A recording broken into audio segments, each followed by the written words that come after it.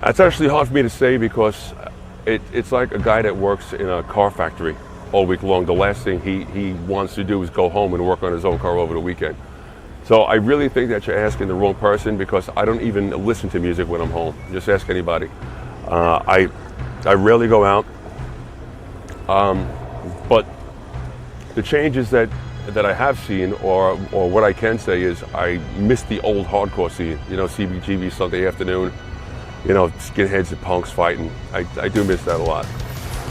Well, there were clear divisions in between musical styles. You know, like you had punk, you had hardcore,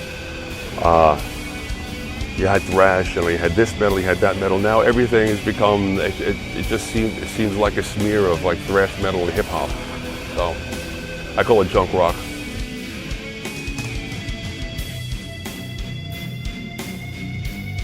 Well, Morrison, John Bonham, Bon Scott, Randy Rhoads, John Entwistle. I mean, there's a great band in heaven. And speaking of heaven, I actually wrote this song, Halloween in Heaven, for Dimebag Darrell. And so that song is about old dead rock stars.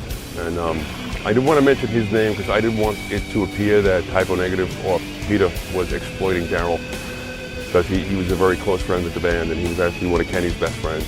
And you know, like when you don't see somebody for months at a time, it's hard to believe that you're never going to see them again.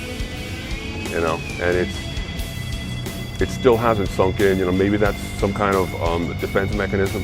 You know, because the older I get, the older my friends get, the more people. You know, it seems like I'm going to a funeral like once every 3 months. That's why I'm like always dressed for it, because you never know who's going to drop dead next. I hope it's me.